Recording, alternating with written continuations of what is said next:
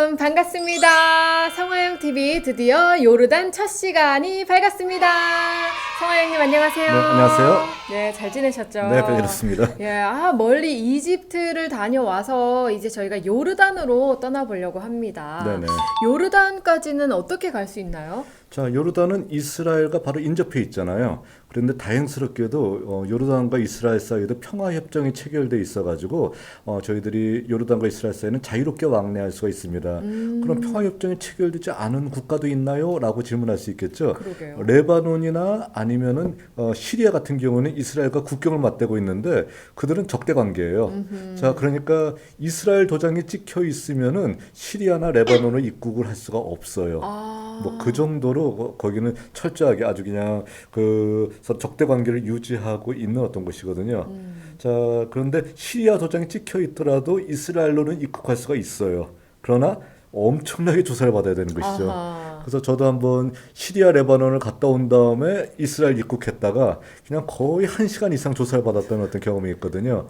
자, 그래서 다시는 하고 싶지는 않은 어떤 경험 중에 하나예요. 네, 약간 그런 그 죄인의 심정을 느껴보고 싶다면 한번 맞아요. 시도해 법한 그런 일이겠네요. 자, 그러니까 요르단까지 이제 이렇게 그 바로 옆에 위치하고 있기 때문에 자유롭게 갈 수가 있기 때문에 사람들은 요르단만을 그 단독 국가로서 그 지역만을 그 송지순례하지는 않고요. 대개는 이스라엘과 이집트를 방문하면서 또한 요르단도 함께 방문하는 경우가 많이 있습니다.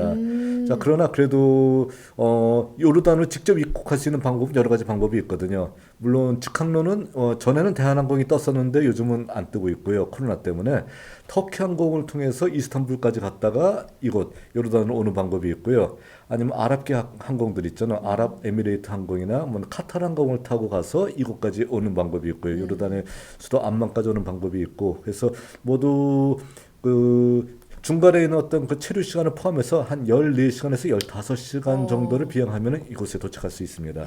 14시간, 15시간 거기서 좀 뭐 편안하게 쉬면서 오면 되겠네요. 여유롭게. 자, 근데 뭐 사람이 그렇잖아요. 그 비행기 안에서 편하게 쉰다라고 생각하면 되는데 딱 갇혀 있는 상태 속에서 있으면은 굉장히 한번 불안하다고 느끼게 되면 또 불안하게 되잖아요. 네. 그러니까 그 굉장히 답답한 것이 있고요. 또 재밌는 얘기지만 비행기를 직항로를 타고 10시간 날라오는 것과 비행기를 15시간 그렇게 경유를 해서 하는 것과 경유하는 게 더 싸거든요. 그러니까 사람들이 처음에는 이해하지 못한 사람도 있죠. 왜 비행기 더 많이 타는데 왜 요금이 싸지 하면서 하는 수도 있겠지만, 자, 직항로가 훨씬 더 싸죠. 자, 그래서 직항로를 통해서 여기까지 오는 방법이 있는데, 현재까지는요, 지금 현재 8월까지는 이스라엘이나 요르단 쪽으로 직항로가 없어서 저희들 경유 항로를 이용할 수밖에 없습니다. 네. 그러면 이 요르단은 성경에 어떤 그 성지랄까요? 그런 것들이 위치했던 곳인가요? 자, 질문 한번 또 한 번 할 수밖에 없네요. 네. 자, 질문하겠습니다.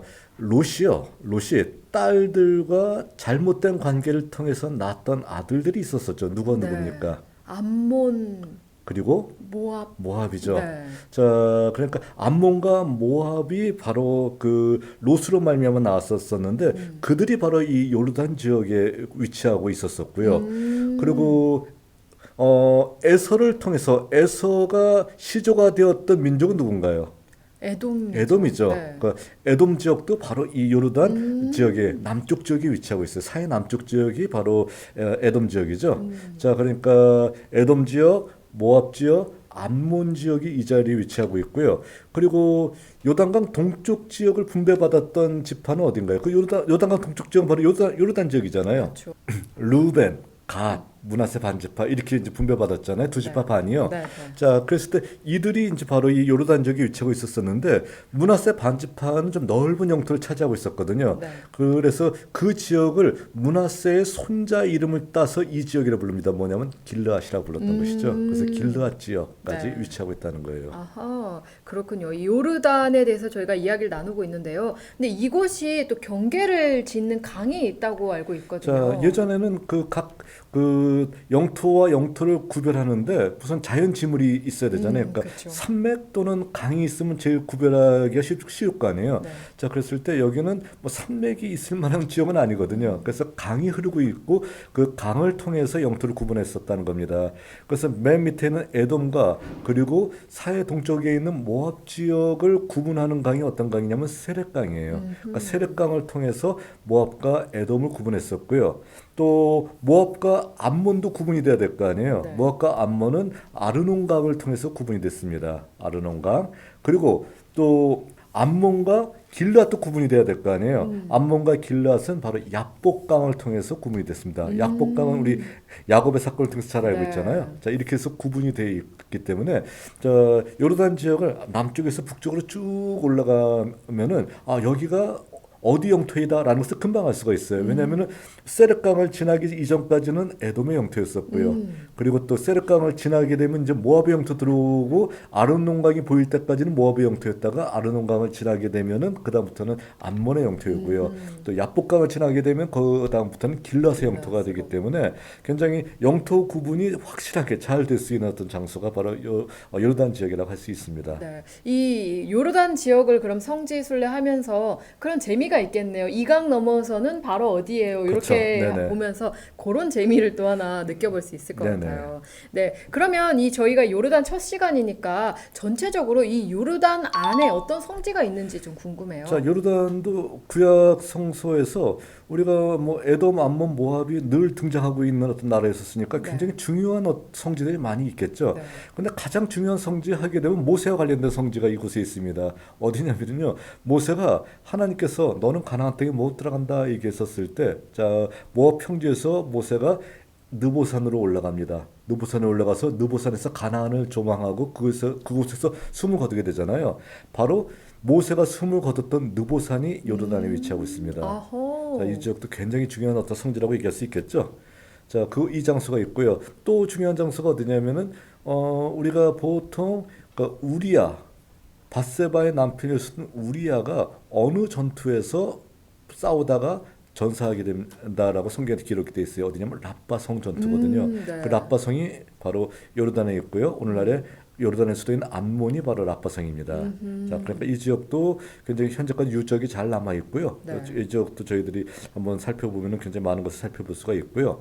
그리고 이 지역은 예전에는 비잔틴 교회가 굉장히 많이 있었거든요. 그 비잔틴 교회에서 예전에 예루살렘과 유다의 모습이 어땠는가라는 것을 바닥에 모자이크로 그 지도를 남겼어요. 오. 자, 그 지도인데 거의 완벽해요. 오. 자, 그 지도가 남아있는 마다바 지역, 이 지역도 저희들이 꼭 순례해야 되는 어떤 귀한 장소 중에 하나입니다. 그걸 보게 되면 아, 예전에 예루살렘이 바로 이런 모습으로 있었구나라는 것을 저희들이 확인해 볼 수가 있기 때문에 그렇다는 네. 것이죠. 아, 너무 흥미롭네요. 그렇죠. 네. 그러니까 요르단도 뭐 알게 모르게 굉장히 중요한 성지들이 많이 있다라는 거예요. 또 어떤 성지가 있냐면은 헤롯이 자기가 그 반란이 일어났을 경우에 자, 어디든지 가서 숨을 수 있는 장소를 세 군데 만들었어요. 그래서 이스라엘 지역을 우리가 할 때 꼭 살펴봐야 될 장소가 어디냐면은 마사다 지역 그리고 또 헤로디온이라고 하는 베들레헴 지역에 있는 헤로디온 요새 이 두 가지가 있거든요. 근데 요단강 건너편도 헤롯이 다스렸거든요. 그 다스렸을 때 그 요단강 건너편에서 자기가 피해서 숨으려고 했던 장소가 어디냐면 바로 마케루스 요새예요. 근데 헤롯이 숨으려고 했던 장소로서 유명했던 장소가 아니라 이 마케루스 요새가 나중에 헤롯 대왕의 아들이죠. 헤롯 안티파스가 세례 요한을 붙잡잖아요. 네. 세례 요한을 붙잡아서 바로 어디에 가두냐면은 마케루스 요새에 가두고 여기서 목을 쳐서 죽게 하는 거예요. 오, 곧 세례 요한의 순교 장소인 그렇죠. 거네요. 세례 요한의 오. 순교지가 바로 마케루스 요새이거든요. 그래서 마케루스 요새도 바로 이곳에 위치하고 있습니다. 자, 그리고 또 모세가 무리바 바위를 쳐서 그 쇠무섭게 했던 어떤 그런 모습도 성경에 기록이 돼 있잖아요. 네네. 그 무리바도 바로 에돔 지역에 위치하고 있어요. 그래서 그 무리바 연못에서는 바위가 갈라진 곳에서 물이 아직도 솟아나오고 있어요. 오. 저희들이 가서 다 볼 수가 있거든요. 네. 자, 그래서 이 무리바 지역도 바로 이곳에 위치하고 있고요. 또 중요한 것이 데가볼리 중에 한 도시였었던 제라시라고 하는 곳. 이곳은 뭐 그레코 로마 문화가 아주 그냥 융성했던 장소이거든요. 바로 이 지역도 나타나 있고요. 그리고 열왕기 하에 보게 되면 열왕기 하 2장과 3장에 보게 되면 이런 내용이 나와 있잖아요. 에돔과 이스라엘이 연합을 해서 모압과 전쟁을 벌인 장면이 나와 있습니다. 네네. 그 전쟁 속에서 모압 왕이 성에 들어가서 문을 닫고 나오질 않아요. 그랬을 때 그 하나님의 선지자가 기도를 했더니 모압 왕이 보였을 때 저 바깥에 피가 저렇게 크게 서려 있다. 이거는 한마디로 그들이 서로 싸워서 이렇게 피 바다를 이룬 것이다 하면서 성문을 열고 나와서 싸웠다가 패해서 도망갔었던 그 성이 바로 케락성이거든요. 엘리사의 어떤 사역과 관련되어 있는 케락성도 이곳 에서 위치하고 있고요. 그리고 예수님께서 그 세례를 받으셨던 장소가 요단강에서 받으셨잖아요. 네네. 요단강 여리고 건너편 베다니에서 받았다라고 성경에 기록이 되어 있어요. 그러니까 여리고 건너편이니까 어디입니까? 요르단 지역이잖아요. 오, 네. 그리고 요르단 지역에 보게 되면은 예수님 세례터 그리고 또 예수님이 세례를 받았던 어떤 장소와 그 기념 교회가 현재까지 남아 있어요.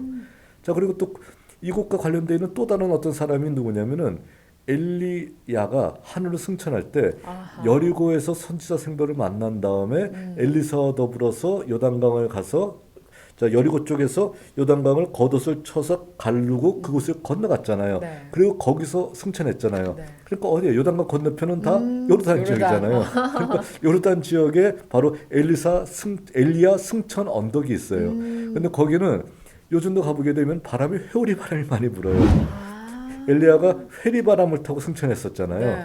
그러니까 약한 모습이지만 회오리바람 같이 이런 게 막 오. 불어가서 와 신기하다. 하필이면 회리바람이구나 하는 그런 어떤 모습을 볼 수가 있는 장소가 바로 요단강 건너편에 있는 엘리야 승천 언덕입니다. 네. 바로 이런 장소들이 있어요. 그러니까 이 정도만 우리가 소개한다 할지라도요. 요르단 지역 정말 많은 성지가 있다는 거 우리가 알 수 있겠죠. 그러게요. 저는 지금 깜짝 놀랐어요. 사실 저희가 성화영 TV에서 터키 동부 지역, 이집트 지역, 그리스 지역, 네네. 또 이제 네 번째로 이 요르단 지역을 떠나보려고 하는데요. 네네. 제가 간다면 요르단 지역을 꼭 가보고 싶다라는 네네. 생각이 들 정도로 맞아요. 너무 흥미롭네요. 흥미로운 장소가 있고 또 이것이 출애굽과 연결이 되잖아요. 그러니까 이집트, 이스라엘, 요르단 이 세 지역을 한꺼번에 도는 어떤 프로그램들이 굉장히 많이 있었었죠. 예전에는요. 네, 이 신구역을 넘나드는 이 아주 흥미로운 성지 네네. 요르단에 있습니다. 여러분 계속해서 함께 하실 거죠? 오늘은 단지 조금의 맛보기만 보여드린 겁니다. 요르단 여행을 통해서 계속해서 성경과 함께 연결해서 풀어가도록 할 겁니다. 누가요? 성화영님께서요. 자, 이 지역을 보게 되면은 요르단 지역은 그 하나의 특징이 있는 것이 뭐냐면은 호텔 시설이 겉에서 보게 되면 다 실망해요. 에이, 그래요. 근데 들어가 보게 되면 달라요. 완전히 화려해요. 오. 또 방도 다른 지역보다 훨씬 넓어요. 어허. 자, 그래서 모든 것이 사람도 겉만 보고 판단해서는 안 되는데 이 지역도 역시 겉만 보고 판단해서는 안 된다. 근데 이상하게 겉에 외관을 신경 안 쓰고 속에만 신경을 썼더라고요. 그래서 내실을 신경 써서 훨씬 좋고요. 또 가보게 되면은 이스라엘에서 같은 어떤 그 금액으로서 호텔 들어간다게 되면 요르단에서 훨씬 더 크고 좋은 호텔에 들어갈 수가 있어가지고 또 호텔에 들어가는 맛도 이곳이 훨씬 더 괜찮고요. 네. 또 이 지역 자체 주변의 어떤 경관들도 굉장히 멋있고요. 또 이 지역을 직접 가보게 되면은 성경에서 미처 당연히 알고 있다라고 판단해서 알려주지 않았던 지리적인 비밀들, 그 비밀들도 우리가 확인해 볼 수가 있습니다. 한 가지만 예를 들어 볼까요? 모세가 120살이 됐는데 기력이 쇠하지 않고 눈도 어둡지 않았다라고 성경은 표현하고 있어요. 그 네. 말을 어느 말 뒤에 하냐면은 모압 평지에서 느보산에 올라갔다라고 얘기한 다음에 그 얘기를 하고 있거든요. 자, 다른 말이 필요 없고요. 모압 평지에서 느보산까지는 깎아지는 절벽이에요. 거기를 120살 노인이 올라갔다라기 되면 다른 거 필요 없어요. 기력 쇠하지 않은 거 확실합니다. 젊은 사람도 올라가기 힘들어요. 자, 그러니까 그런 식으로 이런 그 지형에 대한 어떤 설명들이 생략된 채로 되어 있는 장소들이 많이 있기 때문에 성경 이런 지형을 통해서 확인해 보게 되면 성경에 대한 비밀을 훨씬 더 쉽게 이해할 수가 있다라는 겁니다. 아, 기대가 됩니다. 근데 저희가 그 험한 느보산을 올라가나요? 근데 나중에 또 얘기하겠지만 느보산은 이쪽 모압 평지 쪽이 아니라 동쪽에서 올라가게 되면 평지예요. 아, 평지였다가 갑자기 절벽이 되는 거예요. 아. 근데 모세는 그 절벽에서 기어 올라온 것이고요. 반대쪽에서. 저희는 이제 차를 타고 평지로 가서 뭐 느보산은 등반도 아닙니다. 그거는 평지에서 내려서 보게 되면 바로 절벽이 밑에 보이는 거니까요. 네. 아, 그러니까 저희는 편하게 갑니다. 안심하고 여행을 떠날 수 있겠네요. 근데 120살 노인도 기력이 쇠하지 않고 올라갔는데요. 저희들도 한번 올라가 봐도 상관은 없지 않을까 하는데 한 번도 시대 붙지는 않았습니다. 네, 시도 안 하길 바라면서 그럼 서둘러 마무리해야 될 것 같네요. 저희는 그럼 다음 시간에 요르단에 대해서 더 자세히 떠나보도록 하겠습니다. 다음 시간에 만나요. 안녕. 감독님 뭐 하세요? 빨리 오세요. 죽을 것 같아. 올라가면 지금 진짜 천국 갈 것 같아. 천국의 계단인가요? 아니, 사람들은 다 성할머님이 이 캐리어 끌고 다닌다고 생각하시죠. 제가 끌고 가는 거라고요. 제가 들고 간다고요. 파이팅 감독님 감사합니다.